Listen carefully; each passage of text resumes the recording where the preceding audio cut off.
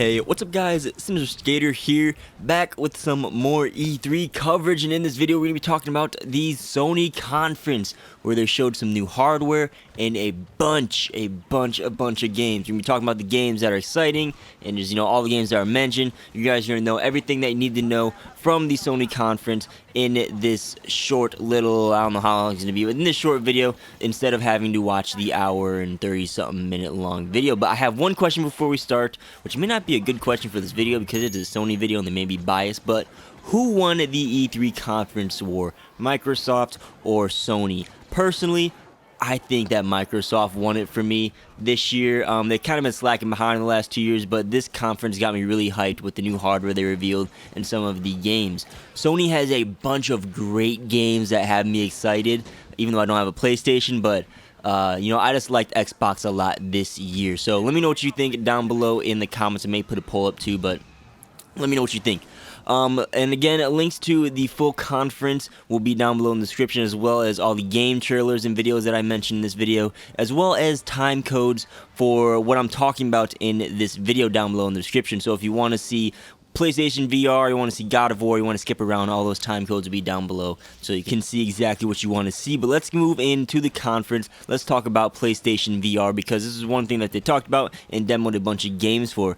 PlayStation Virtual Reality is their own little virtual reality helmet. It got a release date. It's coming out October 23rd, 2016. It's going to cost you $399.99, so $400, which is kind of cheap for virtual reality, but it's just the virtual reality thing's so expensive by itself. It's kind of a steep market, but they said there's going to be 50 games from the October launch until the end of 2016 that will support PlayStation VR. They demoed Resident Evil 7 Biohazard, which is going to have a virtual reality support. It's a scary game. This one's actually coming out January 24th, 2017. It's not going to be in the 2016 year, but it's a scary game in virtual reality. It's going to be pretty crazy.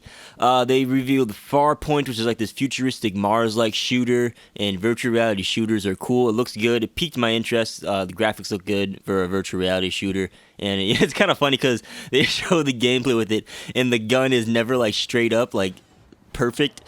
When you raise it to your eye, like it is in like Call of Duty and Battlefield and all the other shooters, the gun's like all flopping all over the place because it's virtual reality. It was funny. They also revealed Star Wars Battlefront is going to be getting an X-Wing virtual reality mission. There's going to be Batman Arkham virtual reality. Final Fantasy 15 comes out September 30th, 2016, and it's going to support virtual reality. Even in the trailer, it had a virtual reality headset on the character, which is kind of funny. And that's about it for the virtual reality that they showed. Again, there's going to be 50 games, comes out October 23rd. And that's it for hardware. There's no mention about the PS4.5 or the PlayStation Neo, but it was confirmed by Sony that it's going to be happening earlier this week. They just didn't reveal it at the E3 conference. So now let's talk about COD. Actually, let's talk about some of the exclusives that interest me first, and then we'll talk about Call of Duty and then more exclusive in games. So there are some good exclusives this year that they revealed. There are more interest of game exclusives in this PS4 conference than the Xbox one. And I play Xbox right now, but I grew up with PlayStation 1, PlayStation 2, and almost every Nintendo console. I picked up my Xbox 360 about 5 years ago, so I have a lot of experience with PlayStation stuff. There's a lot of nostalgia with the games that they're coming out with. One of the big ones is God of War. Played this game a bunch. My dad played this game a bunch. I love God of War. It's got Kratos is all old now. He has a beard, and he's like training this little boy, kind of becoming like a good father for once. I don't know if it's his kid or something, but like a father figure. He has like an axe instead of his blades or whatever they were tied to chains. It just looks pretty good. Apparently this game's built from the ground up. They kind of reimagined the whole fighting system, reworked the camera, and it's going to have a new feel but an old feel at the same time. So I'm excited for that, even though I'm probably never going to play it. But they also have Spider-Man PS4. There's going to be a Spider-Man game exclusively on the PS4. I think it's going to be called Spider-Man PS4. And I'm pretty jealous because I played like Spider-Man 2, I think it was, back on the GameCube back in the day. And I love that game. You guys, on PlayStation, you'll be getting Spider-Man game. I'm kind of jealous, not going to lie. Then another good game. They announced that Crash Bandicoot 1, 2, and Warped are going to be remastered on the PlayStation 4. And I played this game so much as a kid as well. Crash Bandicoot, I loved. You guys are you're getting a bunch of awesome exclusives this year or within the next coming years. One other game that did interest me is this game called Detroit Become Human. Not sure if it's a PS4 exclusive, it probably will be, but it has to do with like androids. There's an android cop called Connor, and there's this other android that kind of gone bad, and they showed a lot of the end where there's this climax. It's like this face-off between the good guy and the bad guy who has a hostage, or the bad android, and they're all confronting him with the SWAT team aimed up, and he's like threatening to jump off the roof. And the way this game plays is that there's a bunch of decisions that you have to make throughout the game, and the decisions affect the gameplay. So there's hundreds of different game storylines and endings and possibilities. It looks interesting, probably something that I wouldn't pick up, but it does look interesting. So, we have a couple more games to talk about, but I feel like talking about Call of Duty a little bit. I was going to make a separate Infinite Warfare, Modern Warfare Remastered video, but I'm just going to tie it into this so people will watch this video, and I have to make all these separate videos and all this different rendering. So let's talk about Call of Duty. They did Infinite Warfare. They revealed a campaign, or part of a campaign mission, where, you know, it's in space, it's kind of futuristic, they're in the solar system, they had like a plan of the maps. It is in the future, but it looks and feels like Call of Duty. For sure, for me, I could tell it was Call of Duty at first. Some people may find it a little bit hard to tell, but it looks like it's going to be like Call of Duty, guys. And it looks like it's on a new engine. It doesn't look like the old school Call of Duty engine they've been using over the years. I don't know. But the mission they showed, there was a Jackal airship. They showed the gameplay. They're flying through space and doing stuff and grappling people. And what's cool is that I was thinking that this whole Jackal airship was on like autopilot mode, like they do in usual Call of Duty missions. Like in Black Ops 3, they had the jet mission, but you shot people, but you didn't fly it around.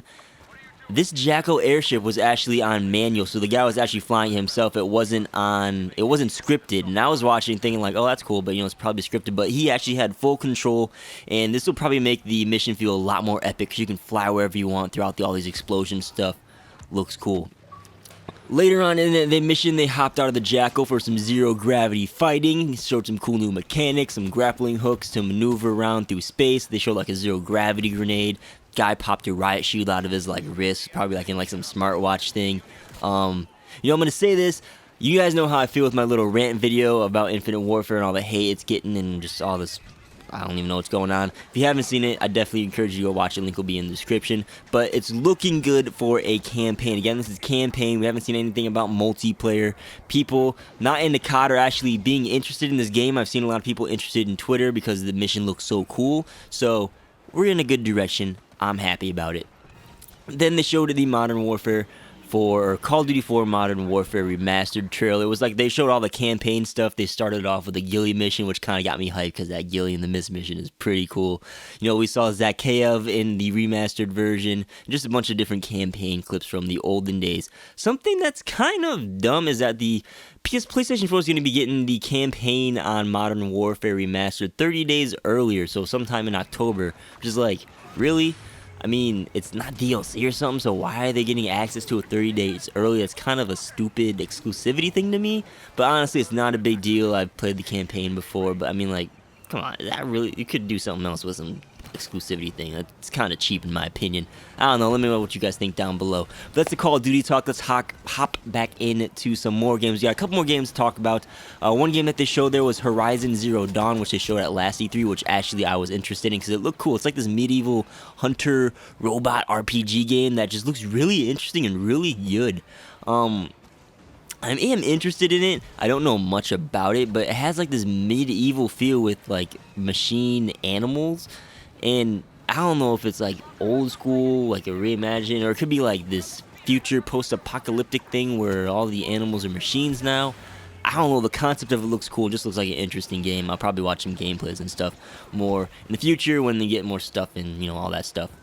The Last Guardian, which is a pretty big game in the PlayStation realm. It got a release date. You guys are in this game. It's coming out October 25th, 2016. They showed this other game called Death Stranding, which, don't yell at me. Hideo Kojima. I don't know. I don't know. I didn't know who this guy was, but he's a really big deal. Apparently, he made all the Metal Gear games. The crowd was going wild when it came out, and he revealed this new game that's not a Metal Gear game. It's called Death Stranding, which it looks like it's like they promoting it like a movie. Like the game covers like a movie poster. It looks like a movie. It's about this one man kind of surviving on his own. I think he's going through memories or something.